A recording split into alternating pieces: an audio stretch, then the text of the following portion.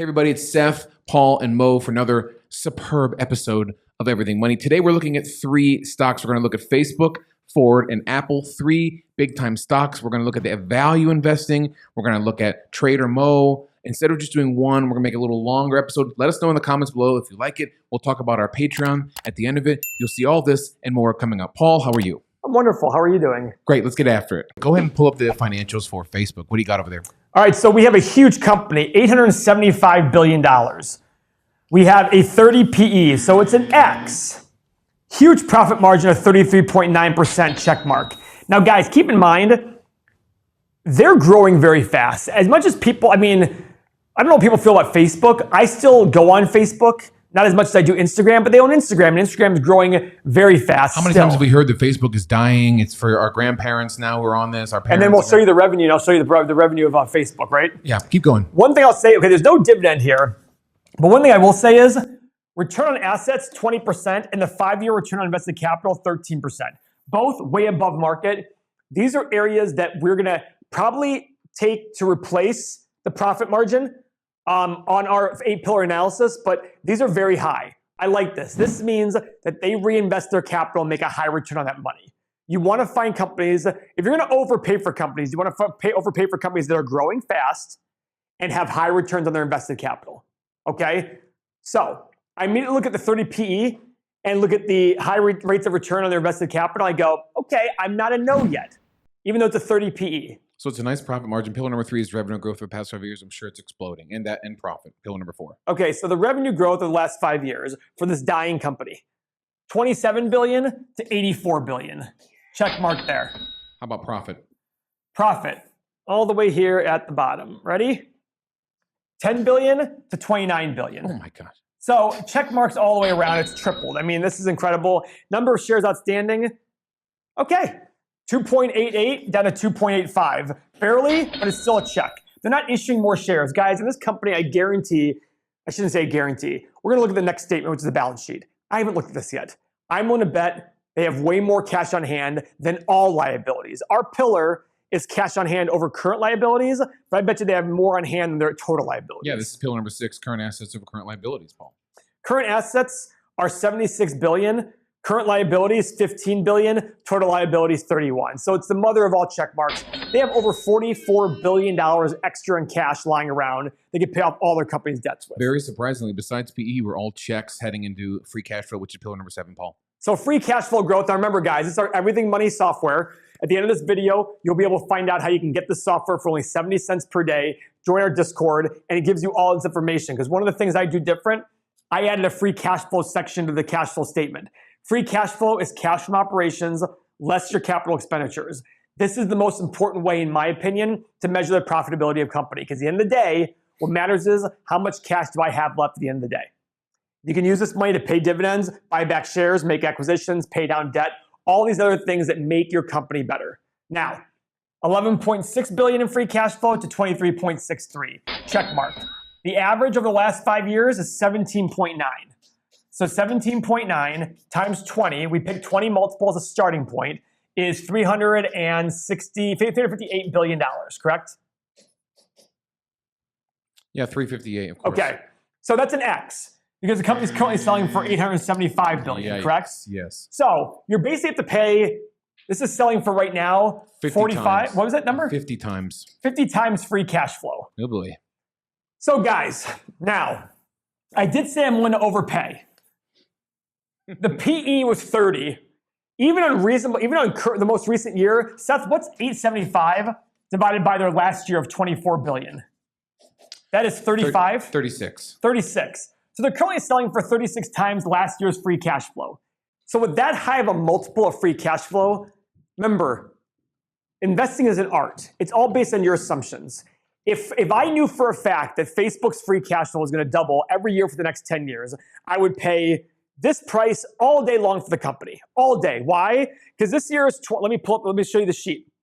If I told you today that you could pay me $875 billion, and here's the next 10 years of free cash flow, 24, 48, 96, 192, 192 and 384 and 768 and 1.6 trillion, 3.2 trillion, 6.4 trillion, and 12.8 trillion. So you pay me $875 billion today, I'm going to give you this entire cash flow for the next 10 years. Would you buy it?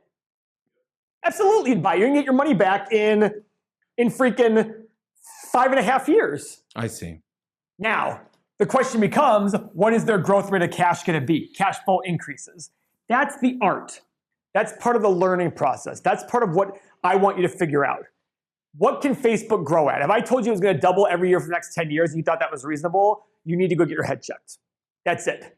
That's all you need to do. So I don't know what the right number is, but these are what we're going to have with our software, but the stock analyzer tool. You'll be able to test your certain assumptions and see how it makes the stock price change over the next 10 years, 5 years, whatever the number is, okay? So on Facebook, love the financials. Don't like the valuation. I will definitely be a buyer of Facebook when the market settles down more. Add this to your list of stocks to watch. It's not the right time, but definitely keep in touch with it on a fundamental basis. Okay, Paul, let's head over to Trader Mo. Mo, are your people in that bid and ask nation, that middle Patreon tier, are they trading Facebook? Tell us about it. So it's kind of exciting. Today they made a new all-time high with their earnings that they reported. And if you go back, I'm going back a year right here, and you can kind of see they just couldn't break through that consolidation area. I mean, a huge consolidation area, $25, $300 a share. Finally today it broke out. Now the stochastic is a little bit high. I mean, you were in that overbought area. But as you can see, going back into end of April of last year through September, you just stayed right on top of that 80% area and just went sideways for a long time as the price kept creeping up on you. So this could be another one. I haven't looked at the moving averages. Well, I don't need to look at the moving averages. This is definitely a power stock. It's moving up. If you start getting these green engulfing candlesticks moving up on you and you keep going sideways on your stochastic, this thing could just keep going. I mean, Facebook is one of those stocks that goes with the entire market. I mean, Facebook is one of the four that has driven the market up 45% over the last 5 years or whatever it is. Whatever the number is. As the market goes higher, as goes Facebook. So this is a good one. As a value investor, Paul, final take on Facebook. You need this puppy to drop in half, or? But probably not. I don't know about half, because I still think there's a lot of growth left in Facebook. I don't think half is the right number. Do I think it's 30%? Yeah, maybe so, a third. It sounds like a lot to you, right? But guys, go do a random search on a bunch of stocks. You'll see the 1 year, 5 year fluctuation. I mean, they're big. 1 year fluctuations on stocks, they can go up and down 50, 60, 70%. Just don't worry about that. Yeah, last year Facebook was lower than 150. It's now at 329. That's well over half, actually. Yeah, that's well over half. I mean, we were looking, and at the in March of last year, we were in the 130s on Facebook. So. Yeah. Where was I last year? Dead. I'm sorry. So anyways. What does that mean? It means I was not paying attention to it. Oh, of course. Yeah. Well, now it's on the watch list. Okay, let's look at Ford, Paul. Ford is obviously an incredible company, been around for a zillion years. Ford Motor Company, Henry Ford, Paul. I love that Henry Ford Museum up there in Michigan. They make a zillion cars. And you went there because you were stuck in Michigan while you were waiting to go to Mexico. Oh my God, how funny. That's right. Ford stock. Wow, look at Ford. So back in the heyday, Paul, this is in 1999, the stock was trading at $86, $93. It's down to $11 today. What's the story with Ford? If I told you back in 1996, 1999, that almost the number one car maker in the country would be selling for 1/8 20 years later, what would you said to me? That's I mean, yeah. That's what happens, guys. Just because a company is amazing doesn't mean its stock price can go down, can't go up. This is a company, it's still a $50 billion company. $50 billion right here, guys. Was it really that high back then? Yeah, so actually, Paul, you're saying I might be, am I wrong with this? So our data will go back to 1987 soon, but I pulled up Y charts. I see Ford in the 32, 33 range. Yeah, Google has it. Maybe this is a split or something, but Google has it at $90 back in March of 1999 when we graduated, Paul. That's incredible. So anyway, keep going. That's wild. So the point is, if I told you 20 years later beat down 2/3, would you believe me? No, you'd be like, that's crazy. Yeah. So let's go look at the numbers right now. It's about a $50 billion company as of yesterday. Revenue of $127 billion. Now here's the deal. Net income, PE, X, profit margins, X, because they don't exist right now. I think yesterday they had their first profit quarter. This is based on the last full year. Can we just pause? Not really pause, but why is the market cap 50 and they make almost 3 times that in revenue? So remember, why wouldn't you just buy it today? car companies tend to sell for 20 to 30%, 40% of their revenue. That's when remember before we talked about price to sales. Car companies tend to be very, very low. Software companies tend to be very high. Car companies' profit margin tends to be lower. Their gross margin is 15 to 20%. Their net margin is like 5 to 7%, whatever it is. So the margin is lower. You got to pay a lower multiple for the revenue. Okay. Yeah, but that's why every industry is different when you look at price to sales. I think the market overall is like 2 times. I don't know what the number actually is, but it's way higher. If you go look at Honda, Toyota, GM, except for Tesla, they're all right. But Tesla's not a car company. They're a tech company, Paul. Okay. All right. So if Tesla's a tech company, not a car company, don't get excited when they sell a ton of cars. You burnt. All right. So 2X's so far, a dividend of about $600 million a year, 1.2%. Very, very low return on assets and return on invested capital. That's expected with low profit. We don't want to look at just 1 year aberrations on pricing because remember they came off the whole thing, the whole COVID. Okay, now revenue. Revenue and profit growth are pillars 3 and 4. 151 to 127 X. Yeah, boy. Profit 5 billion, 4.6 billion down to a loss of 1.2 billion X. Oh boy. That's 4 straight X's for Ford, Paul. 4 straight X's. Let's see about their shares outstanding. It is the same. So it's a check technically, which we still have to change in our pillars, but it's a check right now. They have not issued any more shares. They haven't bought any more shares. Current assets over current liabilities is pillar number 6, Paul. 116 billion versus 97 billion. Check mark there. Okay, and 7, how's that free cash flow? Not that good, I would assume. A free cash flow. Cash from operations, less your capital expenditures. So guys, if you look right here, free cash flow over the last 5 years, the average is 12 billion. And they went from 24 billion down to 18.5, another X. Oh boy. So yeah, but look at in between though, Paul. I mean, 11, 7, and 10. Now, if you want to base it purely on free cash flow, guys, this is insanely good. Because they're selling for 50 billion, and the average of the last 12 years is 12. That's 4.17 to 1. Yikes, that's really low. That's really low. So their price of free cash flow is 4.2 right now over the last 5 years. So you just got to decide yourself, like, where do I see Ford going? Where do I not see Ford going? This is part of the whole story of the 8 pillars. All these X's, and I'm intrigued because they're price of free cash flow. Free cash flow has been positive every year for the last 10 years. Now, remember, the car business can be a very tough business at times. But look at this free cash flow. It was 1.3 billion in 2011. It was 18 billion last year.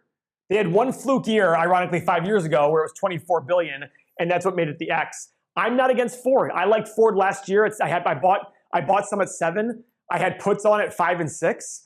I still think based on the price of free cash flow, maybe if this is sustainable and it can grow, you're getting misled by the net income. Figure out why the net income was negative 1.2 billion, but the cash flow was 18 billion. Mo, what do you think about trading Ford?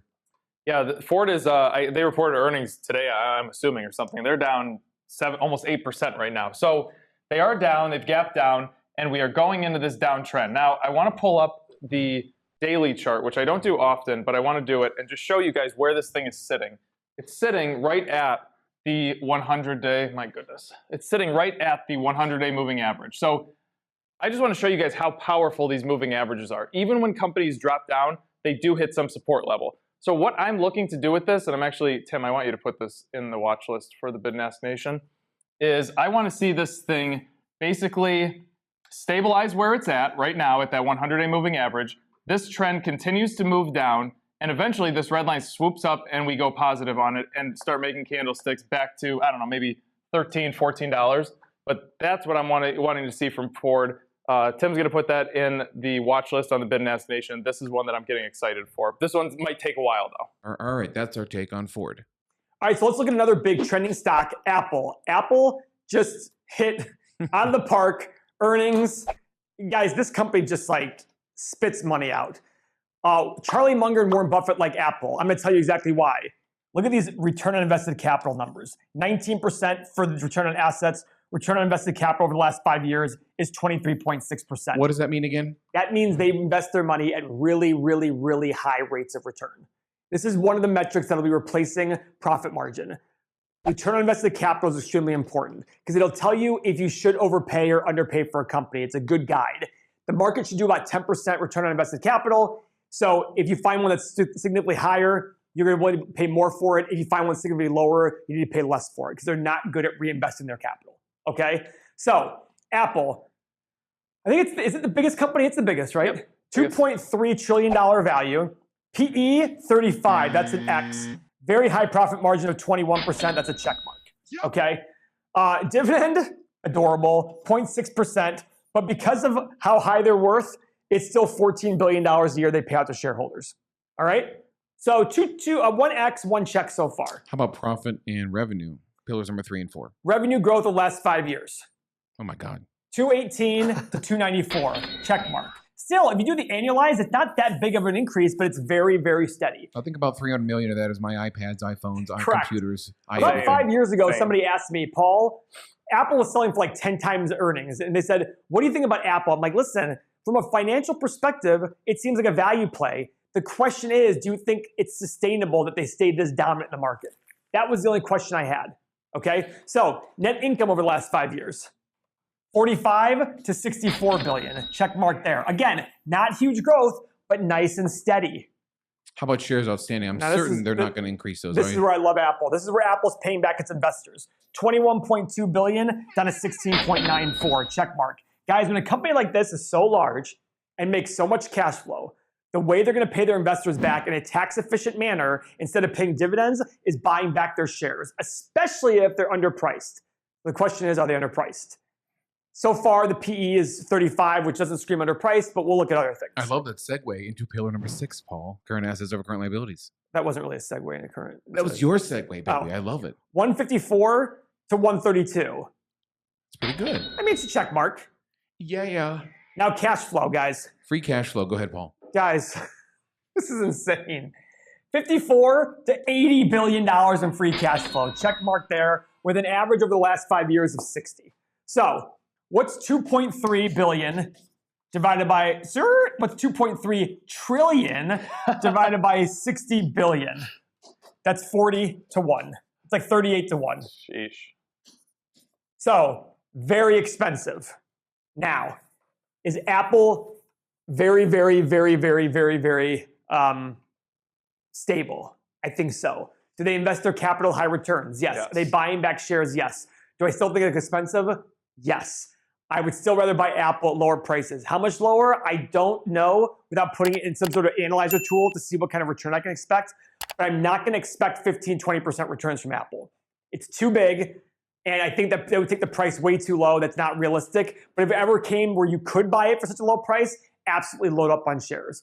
I do think Apple is a 15 or 20 PE or free cash flow multiple company. Because remember, they did 80 last year.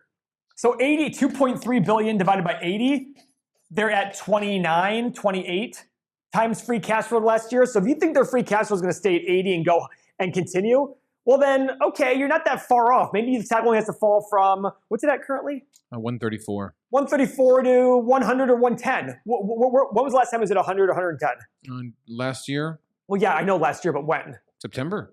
Oh, so 7 months ago, 8 months ago, it was at that price range. So it doesn't take much for that to happen, guys. And it just, these are good things to look at and go, man, 80 billion in free cash flow in 1 year.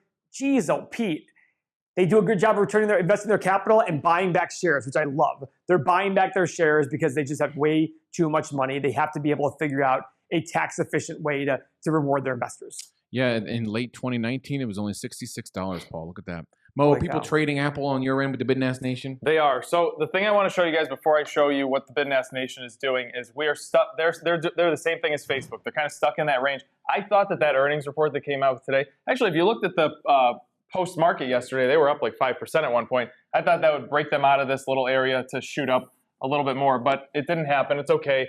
Again, it's going to go with Facebook. As Facebook moves up the entire market, or but vice versa, it'll move with it. So actually, the Bidnass Nation, they got in right here in this sweet spot area, and they kind of rode this thing from $126 up to where it's at now, $134. Many of them are still in it. Because it's getting into that overbought area, but it's still a good thing. Can I make a comment? Yeah. Guys, don't expect to find the lows and the highs. Look at right there, 126. It's not even close to the low. I mean, when I told them back here when it was what 100 115, 120. I don't know what that is. I told them back here, buy a tracker share on it. Don't get in there, but let it get into a point where you're going to be more confident about making gains. Don't try to buy at the lows and hope that it goes up there. Get in with a little bit of shares here, and when you are confident that you're going to start making gains with these candlesticks, that's when you start making the move. That's when you get good, consistent returns over time. So if I go to trading, if I put a couple dollars in this morning with the Bid and Ask Nation, call it, I don't know, what, $3,000, $4,000, $5,000, how much would I have made today? well, it's only up 0.5%. But you're saying it may stay in, and your signs are showing. Your signs are showing. I mean, if we get, I do think that this thing can keep going. I mean, if it's pulling back a little bit this morning. I mean, if you could get a breakout candlestick like that, say tomorrow or Monday, you can go ahead and put some money into it. But you are in that area that it's overbought. It might be a little bit late to get in. It would have been more ideal, of course, back here around 32%. Not as many cookies to grab. Exactly right. You're getting in and you're grabbing the crumbs off the top. You know I love them cookies. Very good. All right, folks, that was our take on Facebook, Ford, and Apple. We did 3 at a time for you. It's a 3 for Thursday with Everything Money. And, I like that, 3 for Thursday. We'll have to make that a regular thing. If you're in our Patreon, you know it's incredible. You know we do those live streams for you. You get the portfolios. You get the Discord access. You get that beautiful website that everyone's loving, Paul. Can I talk about the Patreon a little bit? Please do. Guys, so we created this software because of demand. People kept asking me, where are you getting your data from? And I said, you know what? My data costs me $500 a month. But if I go buy it from the contributor for $10,000, $15,000 a month, make developers wait for the website, we can create it. Look at this. This is Everything Money. It used to be $14. In fact, it was $8 before. Now it's $22, on its way to $49. Get in now because you're locked in at your price. Other people, $199, $199, $35, all per month. All the things you get. Big thing here, Discord community. Guys, there are 2,000 people in this across 50 different chats. You can talk. Every chat's divided up by category. It is not overwhelming. You can have conversations. What do you think about this? It is wonderful. It's been a great community. We have very little turnover. And the best part is there are people here who got in at $8. Don't be the person who's waiting until $49. Get it today at $22 because it's going to be the best financial decision. It's 70 cents per day to have all the data, and our website's going to get better and better and better. If this resonates with you, become one of the patrons and get in that Bid and Ask Nation with Trader Mo. Make those moves. All right, that's our show. That's our show today. For Seth, Paul, and Mo, we love you. Fondle that thumbs up on the way out. You know I love you, and we'll see you on the live stream. See you guys.